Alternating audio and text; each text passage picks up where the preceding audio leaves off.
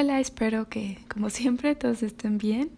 En el video de hoy vamos a intentar algo diferente, porque pues en toda la unidad hemos estado viendo diferentes conceptos que explican cómo se puede mejorar la escritura, pero al final de cuentas lo que de verdad te importa no es que así sepan definir como 1000 conceptos que nombren los procesos cognitivos en el proceso de escritura. Lo que de verdad te importa es que sepan aplicarlos a sus propios textos, ¿no? Entonces hoy vamos a intentar aplicar justamente esto que podemos llamar escritura sustantiva. Entonces, vamos a escribir un texto con unos cuantos párrafos, ¿no? Lo primero que hay que hacer es que hay que definir el propósito, porque, bueno, lo hagamos explícito o no, siempre que escribimos tenemos un propósito, o por lo menos deberíamos de tenerlo. En nuestro caso, como estudiantes, este propósito suele ser la tarea que nos dejó un profesor o una profesora, ¿no? No sé, puede ser como analizar un caso de estudio a la luz de ciertas teorías, establecer un diálogo entre dos autores, demostrar que hicimos una lectura, bueno, entre otros, ¿no? También puede haber otros propósitos, obviamente, fuera de nuestra vida como estudiantes, o no sé, en general cuando escribimos. Otros propósitos pueden ser visibilizar una situación, contribuir a la literatura, intentar convencer a los lectores, bueno, en fin, depende de cada contexto, ¿no? Entonces, para el ejercicio de hoy, mi propósito es construir un texto claro que logre reflexionar sobre el conflicto de los parques eólicos del Istmo de Tehuantepec, ¿no? Entonces, para esto hay que seguir una serie de pasos, ¿no? Bueno, para lograr esto. El primero va a ser escoger el tema, que aquí ya está un poco, ¿no? Aquí el tema va a ser las problemáticas del desarrollo sustentable, ¿no? Después el segundo paso consiste en establecer qué vamos a decir sobre él.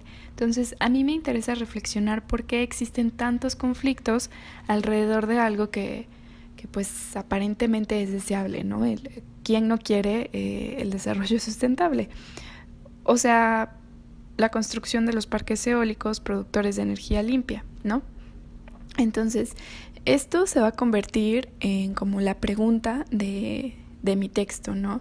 Va a ser esta como columna vertebral de la que ya hemos hablado igual en clases anteriores. Ok, entonces, ya que tenemos aquí el tema y la pregunta, podemos empezar a desglosar el argumento. Entonces, lo primero que hay que hacer es empezar a separar en preposiciones los datos que yo conozco del tema y que creo que hay que decir para validar mi argumento, ¿no? Entonces, hice aquí como una lista de los datos que creo que son relevantes aquí para el argumento, y aquí están un poco desordenados. Entonces, esto se puede asemejar como a su proceso de escritura, ¿no? Que tienen toda esta información. El paso que sigue es ordenarlos de manera lógica. Entonces,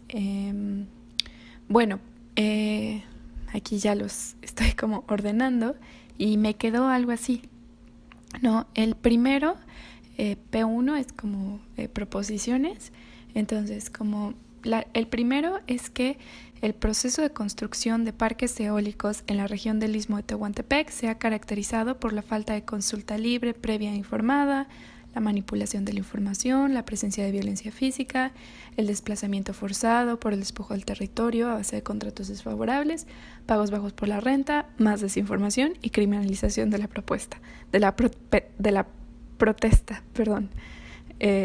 para terminarla de molar. Bueno, después, el segundo quedó: debido a las protestas, las empresas han manifestado interés por negociar los términos de la construcción de los parques eólicos que aún no se han puesto en marcha, pero ninguno de estos intentos ha tenido resultados exitosos, ¿no? Entonces, pues aquí básicamente es que ¿por qué aún no se están construyendo los parques eólicos aun cuando pueden existir condiciones favorables de negociación? Entonces, la 3 es que las estrategias de las empresas involucradas simplifican los intereses de las comunidades en términos de desarrollo económico.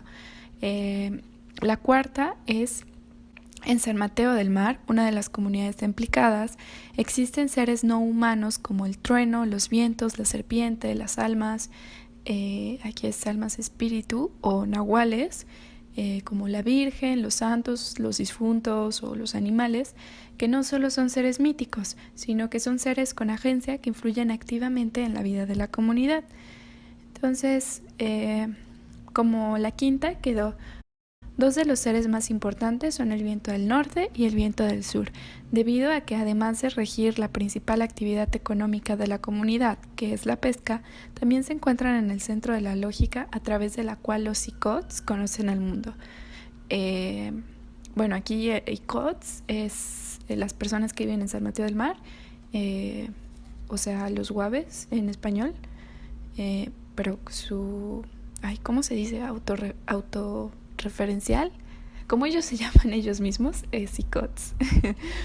Y la última de estas preposiciones es que los habitantes de San Mateo del Mar han empezado a asociar al viento del norte con el viento de las eólicas o el viento del diablo.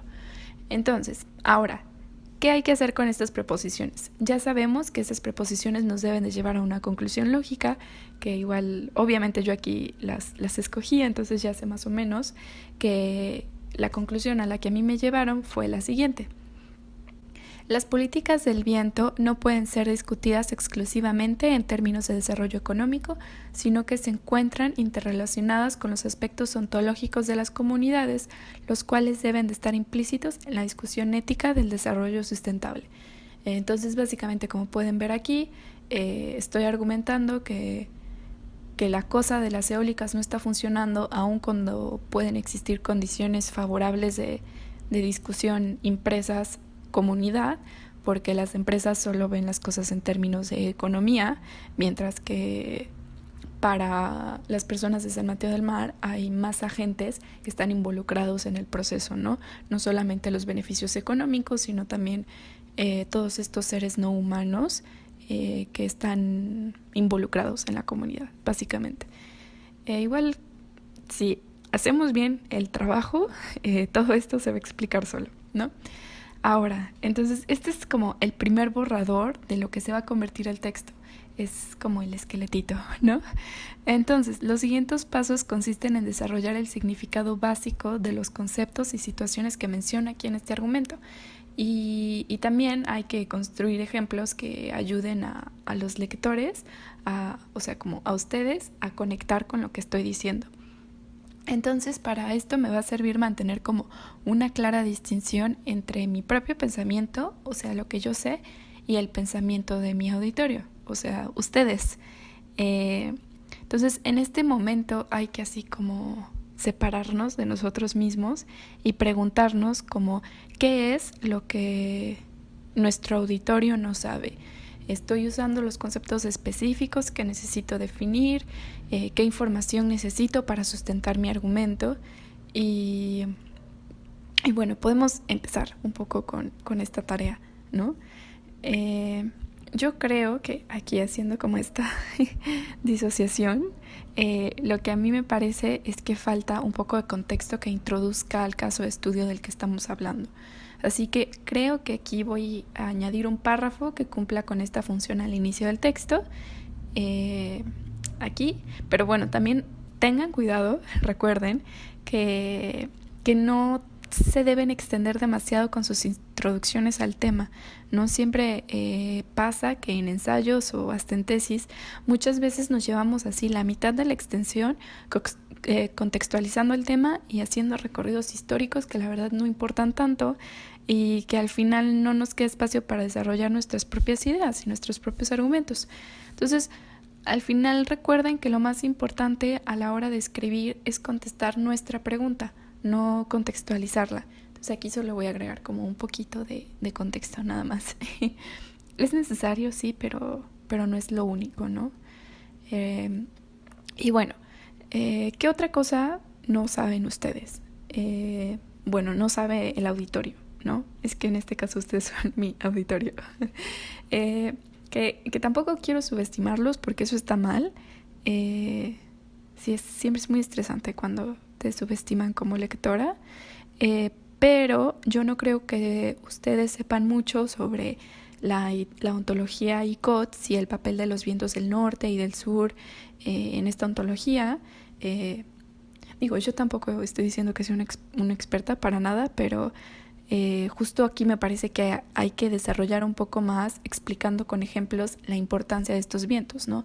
Que aquí en el argumento solo, en la preposición solo estoy diciendo que son importantes, pero no estoy diciendo por qué, ¿no? Y otra cosa también súper importante que no puede faltar es definir los conceptos que estoy mencionando en mi argumento, ¿no? Entonces primero hay que identificarlos, ¿no? Entonces los podemos ver aquí, ¿no? A mí me parece que aquí los conceptos que vale la pena definir son desarrollo económico, que voy a definir a partir de, no sé, la noción de desarrollo económico capitalista, ¿no? Sea lo que eso signifique, ya me voy a encargar después de definirlo. Después, obviamente, también está el desarrollo sustentable, que va más o menos por la misma línea. También creo que, pues, es necesario definir esto de seres no humanos con agencia. Sobre todo yo estoy pensando en mi auditorio, ¿no? Tal vez algunos de ustedes que estudian antropología estén más familiarizados con eso, pero como sé que hay de muchísimas carreras, pues tal vez valga la pena. Digo, está muy ¿cómo se dice? Se explica por sí mismo, como son seres no humanos con agencia, pero bueno, hay que definir un poco justo como a través de la teoría a qué me estoy refiriendo por estos seres no humanos. Después también me parece interesante definir la de ontología. Claro que todos sabemos que es como ontología, pero pues también justo el chiste de los conceptos es definirlos teóricamente, ¿no? Y finalmente creo que esta es una parte interesante, ¿no? Lo de políticas del viento como que es más o menos un concepto, ¿no? Y esa es la idea. Creo que este concepto me va a ayudar ya más como en las conclusiones a resumir la problemática, y justo tengo que especificar a qué me estoy refiriendo con esto de políticas del viento, ¿no? Entonces aquí es donde nos ayuda la teoría y sus autores, ¿no? Como ya dije, en este caso pues a mí me gustaría, como creo que me ayuda a ver bien ciertas teorías antropológicas como del giro ontológico y la cosmopolítica, me pueden ayudar a entender qué está pasando en este contexto, ¿no? Y bueno, ahora que ya tengo todas estas aclaraciones de lo que le falta al texto, ahora lo que toca es organizar el texto y aplicar algunas de las herramientas que ya vimos en las últimas semanas, ¿no? Entonces, pues como de seguro ya se dieron cuenta, este texto de la escritura sustantiva va en la misma línea que el texto de la claridad, la certeza, la precisión, relevancia, profundidad, amplitud y lógica. Entonces todo esto ya sabemos cómo funciona, ¿no? Y toca aplicar todas estas herramientas al texto que estamos escribiendo. Entonces, en este proceso hay que tener bien claro cuáles son como las ideas principales y cuáles son las ideas secundarias. Y esto importa porque entre más importante sea la idea, más va a necesitar que apliquemos estas herramientas, más va a necesitar de precisión, de amplitud, de profundidad, etcétera, ¿no? Entonces, para este texto, pues mis ideas principales igual están muy determinadas por los argumentos que ya establecimos en el esqueleto, ¿no? Siempre es como súper útil regresar al esqueleto para que logren identificar cuáles son las ideas principales, porque una vez que ya tienen como todo el texto escrito se puede como perder un poco de vista. Entonces aquí el tema que más me importa tal vez no es tanto el del corredor eólico del Istmo de Tehuantepec y la producción de energía renovable en México, o sea, porque sí, claro, podría ser muchísimo más precisa y darle más profundidad a este tema, pero como no es mi idea principal, tal vez no sea tan necesario. Al contrario, de por ejemplo la importancia de los vientos en San Mateo, este sí es como una idea súper principal. Entonces por esto voy a desarrollar más un poco sobre cómo los vientos conforman una taxonomía del cosmos ICOTS y cómo establecen el sistema de clasificación del mundo, que llega como hasta, esto es súper interesante porque llega hasta la división entre lo femenino y lo masculino, se asocia con los vientos.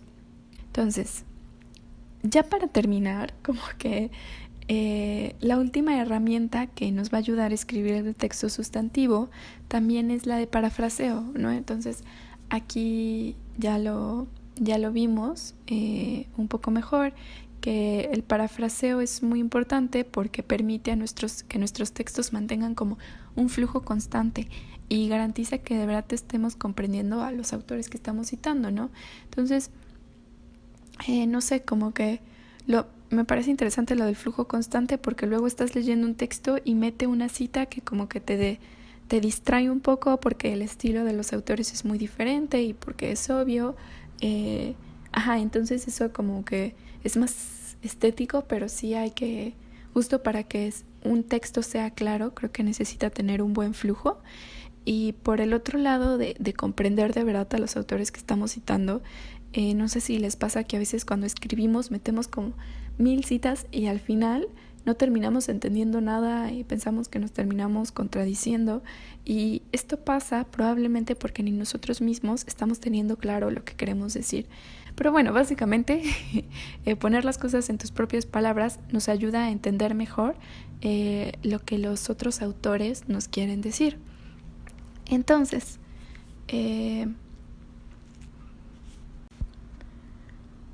así quedó el texto final. Ya lo redacté. La verdad, se los iba a leer, pero ya me di cuenta que está quedando demasiado largo el video. Entonces, mejor se los dejo aquí. Si les interesa, como denle pausa y ya lo pueden leer como más en calma, sin necesidad de que tengan que estar aguantándome la voz. Se los recomiendo, está súper interesante, sobre todo la parte de los vientos. Me parece súper bella y súper impresionante. Y es que sí es muy fuerte como estar ahí con los vientos, ¿no? Pero bueno, ya me callo y bueno, este es el texto, básicamente. Y de seguro, si lo leyeron, ya se dieron cuenta, obvio no quedó perfecto. Ya me di cuenta que faltaron varias cosas, sobre todo esa parte de definir los conceptos tal vez no quedó. Y justo la idea es repetir varias veces los pasos, siempre de esta manera reflexiva, ¿no?, que caracteriza la escritura sustantiva. Entonces yo ya volví a leer mi texto y se los quise dejar así porque me pareció interesante justo ver eso, ¿no?, que justo la escritura siempre vamos a tener que estar regresando al texto y corrigiendo. Entonces yo ya vi que aquí a mí me faltó hacer ciertas definiciones y tal vez desarrollar un poco más las conclusiones. Y justo hacer esta tarea de volvernos a hacer las preguntas que ya nos hicimos al inicio y siempre identificar si las logramos cumplir, ¿no? Pero bueno, yo creo que los dejo aquí porque justo si continuamos en esta tarea, pues nos vamos a pasar como unos cuantos días. Y justo es eso, ¿no? Un ensayo no se escribe en 20 minutos, ¿no? Toma tiempo para hacerlo bien, un ensayo o cualquier texto, perdón. Entonces espero que les haya servido un poco, de verdad, esto como para ver cómo se aplica la escritura sustantiva a la hora de escribir y justo también que ustedes logren estar identificando los errores que quedaron en mi texto, ¿no? Entonces, bueno, muchas gracias y espero que continúen bien y que tengan buena salud y bueno, ya nos veremos luego.